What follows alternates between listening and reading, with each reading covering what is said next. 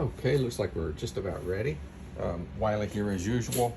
And today I've got the end of my palette, which is of course a paper plate. Got some oil paint, a brush, and some medium. And essentially, this is what's left over after doing a couple of days of painting. So I'm just gonna scrub something together. Oh, we've already got some snow on the painting. There we go. And I'm just gonna imagine some sort of tonalist landscape here. Scrub something in. Let's get some medium. What else we got? We got purple, we got blue. See, we're just gonna use what we got rather than trying to come up with, using specific colors. Just gonna use whatever's left on the palette. All right, maybe if I use a larger brush, I'd get somewhere quicker. Okay, sure enough. You see, I just kind of push the color around.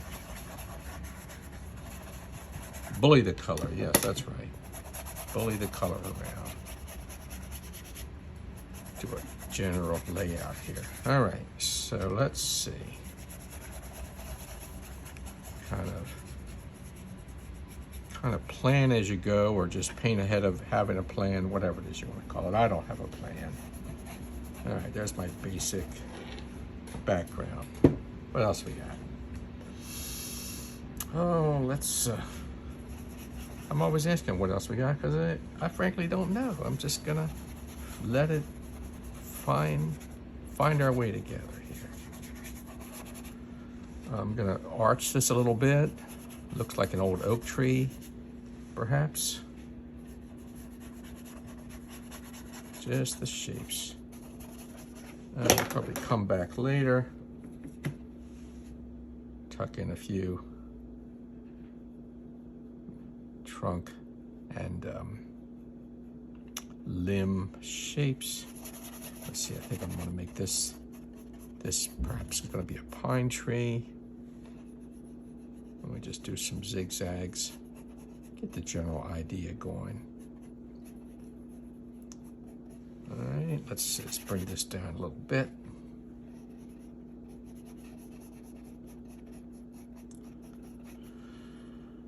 Okay, let's see, do I have, oh, I don't have my little rubber tool handy, do I? All right, let's go searching for it. Oh, here it is. All right, so what I do with this little rubber stylus is I might pull out some lights. A little easier to do on a painted panel, a wooden panel, than it is on a canvas. The canvas tends to want to absorb the paint, so just get some stuff peeking through. All right, and this, of course, is just going to be some sort of wild, fun thing. So I'm going to put a field in here. A little bit of green and yellow.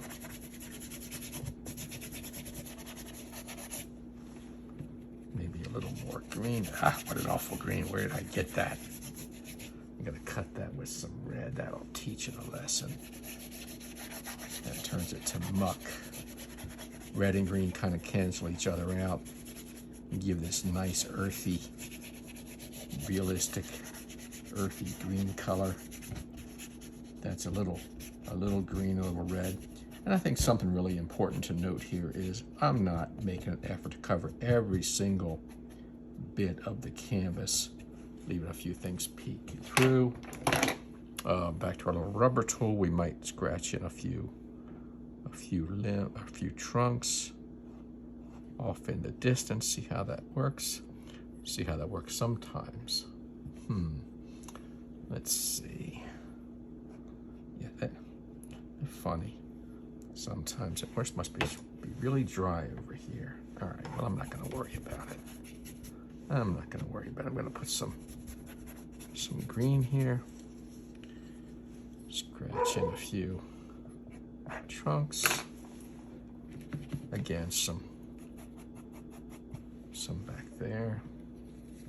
If it sounds like I'm talking to myself, it's kind of because I am. There's nobody around. I'm just sort of working alone here today.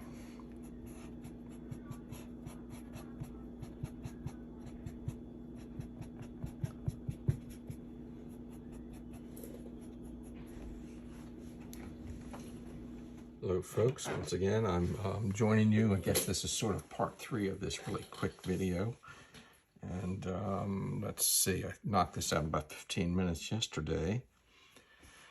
So I have to say, I guess I'm going to take a little bit of blue, cerulean blue, a little bit of white. Here we go. I guess I should show you the palette sometimes, eh? Oh, come on, glue. Get out of there. There we go. Something like that. Go across the top a little bit more. A little bit of medium to make it flow nicely. You see, it's kind of already dried very quickly. Even though it's oil paint, I use a little Japan dryer, a couple of drops, and it makes it set up pretty much overnight. So you can see it's not moving the orange from underneath. It's not reconstituting the pigment. It's just sort of floating on top, giving you this nice transparent look. So let me smooth that out as much as possible. There we go. We're getting there. See, I kind of go smooth it out and then kind of work in all directions to obliterate any mechanical looking brush strokes, because I tend to do this and then come back, spread it out. Now some of the paint as I'm getting down here is a little thicker, a little wet where the white is down here, so the colors drag a little bit. All right, so I got the blue in, and then let's see, perhaps a bit more green and white. I don't know, this might just not be right. Oh, well, we do it anyway. This is how we learn. We learn from our screw-ups, right? Yeah, that works for me. Because you got this yellow coming to the orange, and where it hits the blue, it's naturally going to tint to green a little bit. All right, so nice looking sky. I'm happy with that. But that's not going to stop me from what? Let's see, looking for a smaller brush, get a little medium. And I'm going to come in, let's see, got some yellow here, some orange. Come on, orange. A little bit of white again. A little more white. Here we go. We'll make this nice and bright. Just a little medium to make it smooth out. And then I'm going to come back in here. Kind of pull some of this sky peeking through this evergreen. Something like that. And the strength of all this faraway stuff. Again, sky peeking through the trees. Maybe a little bit even off in the distance. Here we go. Just light touch. You don't want to, mess too much with what exists. All right. So, and then a little bit more down in through here, of course. Again, peeking through the trees, and again up into the sky. Again, another just easy going. Maybe a little rubbing that in with your finger a little bit. There we go. Don't want that to be too strong. Here we go. Tuck it in the sky holes. Oops. Maybe a little too much up there. So yeah, you can refine that with your finger, kind of dull it down a little bit, make it blend in. And then down here it can be stronger. That's fine. That's fine. Okay.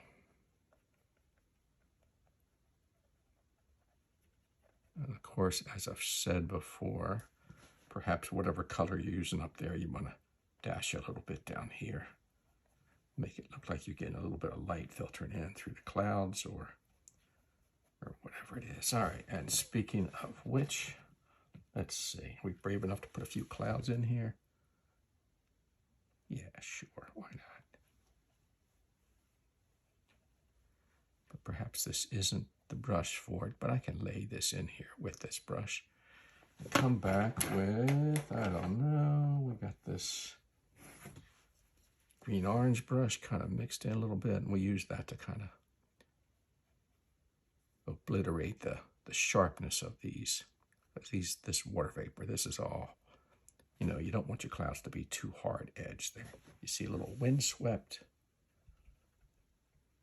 little clusters of vapor here and there. All right, something like that. And then perhaps we're going to go looking for some purple. Always looking for purple. All right, we got purple. We got some purple, more purple. Okay, a lot of purple. All right. And then we perhaps want to cut that with a little bit of yellow. See how that grays that purple out. And perhaps even some white. And then once again, some medium. Clean off the brush a little bit. And then tack some of that in there. Little faraway shadows,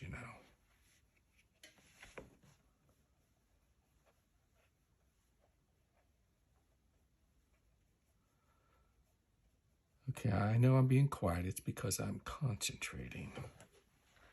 A little stronger, a little more. A little bit more. A little shape across the top.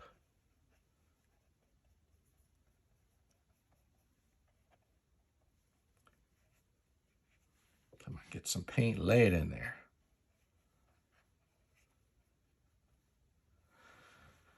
I'm also going to use this color, I think, for a base for this oak tree. I did say this was an oak, right? Yeah, we're going to stick with it. A little bit more glaze to thin it out.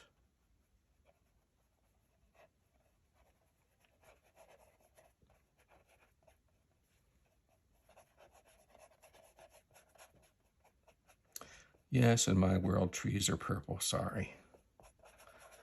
You got to look beyond the obvious. Trees are not necessarily all green. Trunks aren't necessarily all brown or gray.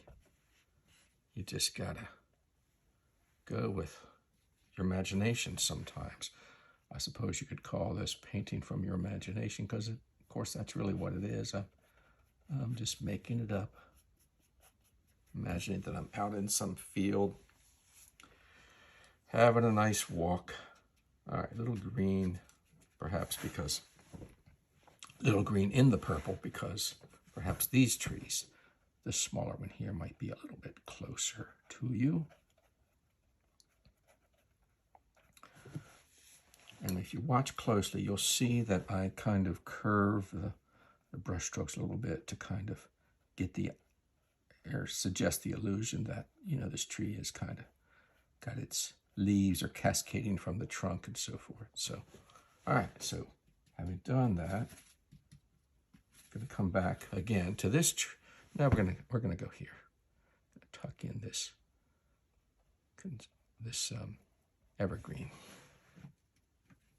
And we need a little burnt sienna in the green for that. It kind of deadens that. The reddish color of the burnt sienna kind of deadens the brightness of the green. I think I said that right. The burnt sienna dulls out the green, keeps it from being too strong. And perhaps a smaller brush. Clean that one up. Back into it. Kind of pull these in here. Try to get these thinner bits. Keep it in mind, you don't want to obliterate all of these parts where the sky is peeking through, but you do want to kind of pile on some of these bits of needles coming down here. Okay, something like that. Again, you see how my brush strokes are somewhat directional.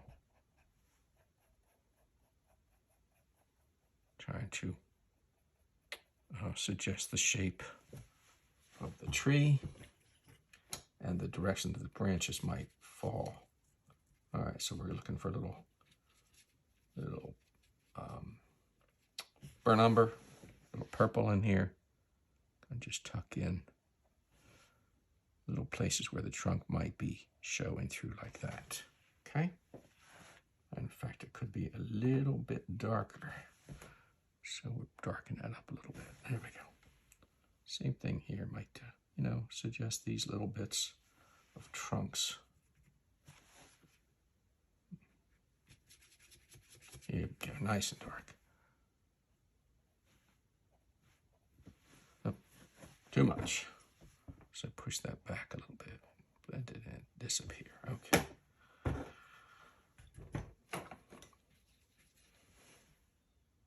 There we go.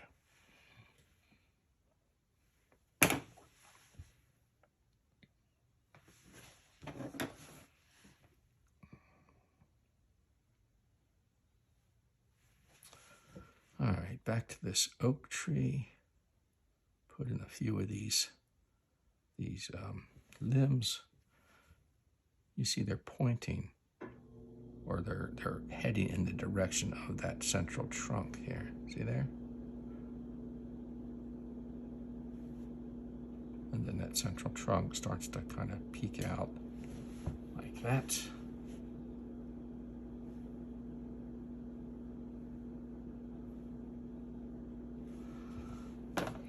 Okay, then perhaps we'll turn our attention to checking to see if I'm recording. Am I actually recording? Let's see, we've got a big glare again, of course. Oh well, you get the general idea. Not much I can do about it, I don't think. Nope.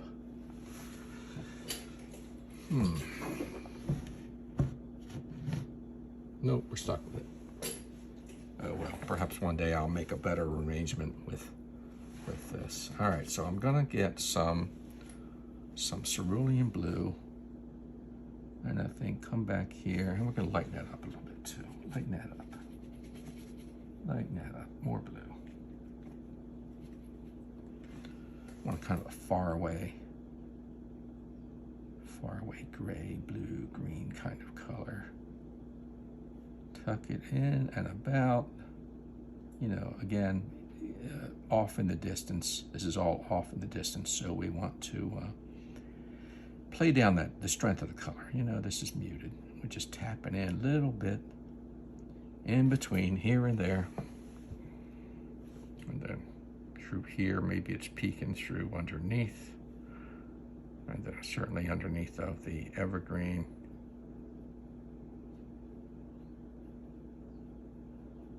All right, more paint.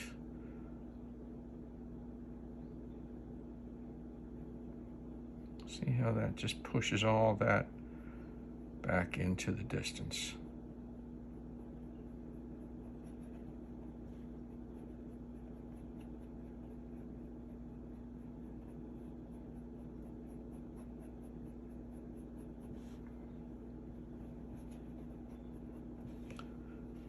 And then underneath here. There. That's what painting's all about, just putting colors here and there, seeing what happens. See how nicely that green works against that orange, that blue-green. All right. And then, of course, there are places in that big oak tree where those faraway tree grouping is peeking through. There we go. So we tuck a few of those in, and once we have that done, we tuck a little bit of this color here, especially in the foreground, because I'm trying to get the illusion of more shadows. So you see, once I do that, you can again see that the brush strokes are somewhat directional. We're using the brush strokes to point in to the painting like that. So let's see, let's get a little purple, green, gray, mucky color down here, just to suggest some foreground darkness. We want to downplay those colors. Okay, back to our purple. We're gonna try to imagine some of these darker shadow parts inside that tree.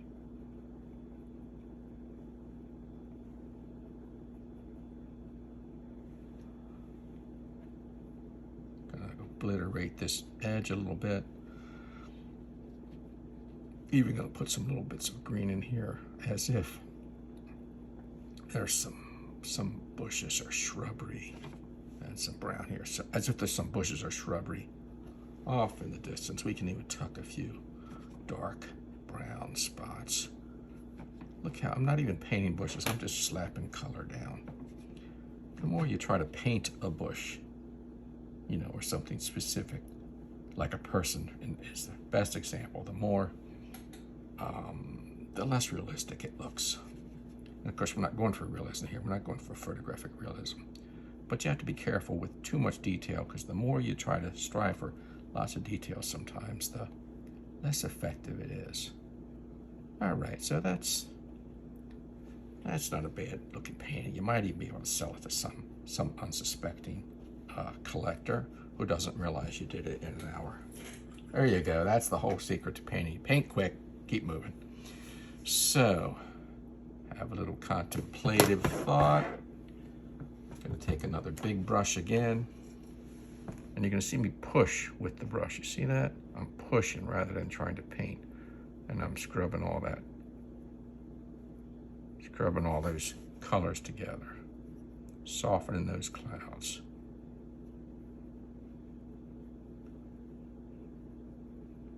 There we go. Might even tuck a few far away bits in here. A few in here. And then, let's see, we always need a few of these darker, you know, lighter, darker contrast once in a while. Give it some semblance of the way it is in the real world. All right, so almost done. What are we gonna do next here? Let's see. Oh, I always like to do something a little fun, so I guess I'll take some, what is this, cadmium red light. This is always the do or die moment. I might take a little orange out here too, just to stay on the safe side. And, oh, let's see here, clean the big old round brush.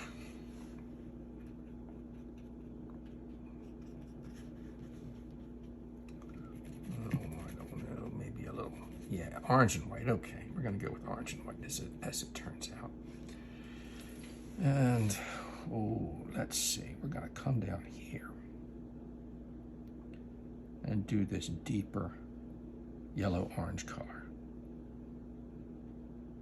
Don't forget to tap it into these little bits of yellow in between the trees.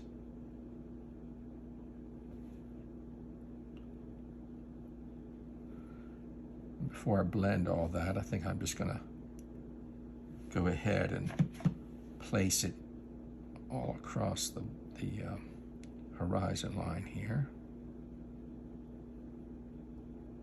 Maybe a little higher over here. Try to keep it level.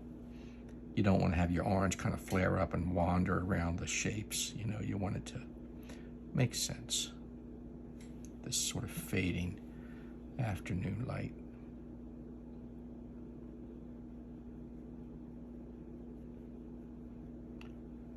Okay, now,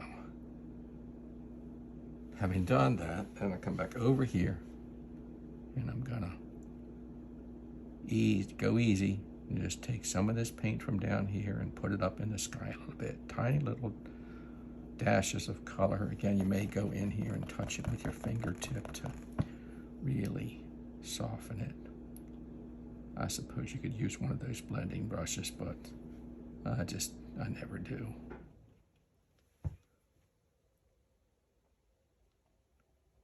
Okay, so you see how you bring that light up.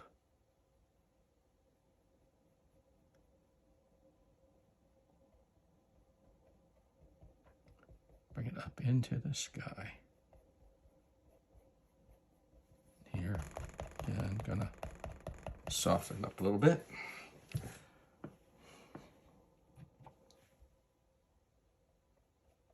Looking for spots where I might have left too much yellow. Okay.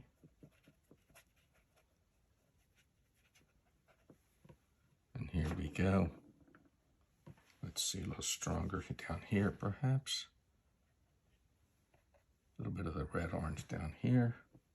All these colors, you know, if you use them up here, you might want to use them down here. You just got to be careful in the placement. All right, so clean out the brush a little bit. A little more orange just to clean up some of these spots.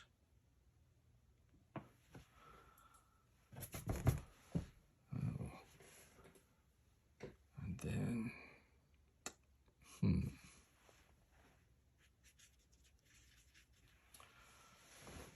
this light here is going to be bouncing off. Oops. Oh, well, it's a little strong, but hey, I'm going for it. It's going to be bouncing off the bottoms of these clouds.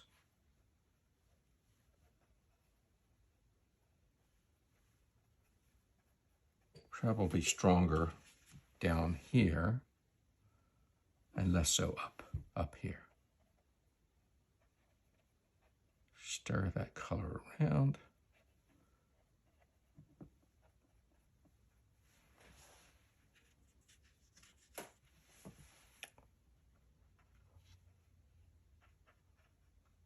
And I'd say, I want to say there you have it, but I know I'll keep picking at it for a couple of minutes, so there we go. And then maybe even a little bit of the red and the orange. Try to get a few of these really far away bits. See that?